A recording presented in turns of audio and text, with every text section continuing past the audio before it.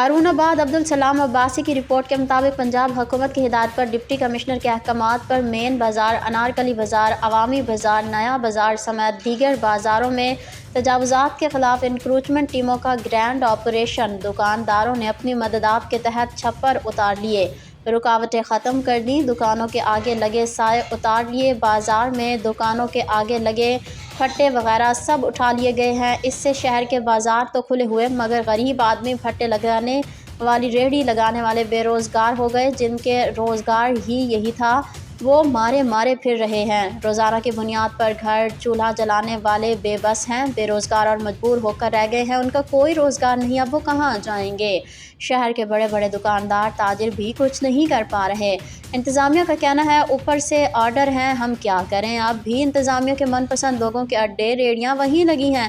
तजावुज़ात के खिलाफ ऑपरेशन से शहर की खूबसूरती में इजाफा तो हुआ, तजावुज़ात के खात्मे से ट्रैफिक की मुकम्मल बहाली से आवाम की ज़िंदगी में आसानी पैदा तो हुई, मगर गरीब रोज़ी कमाने वाले दर बदर हो गए।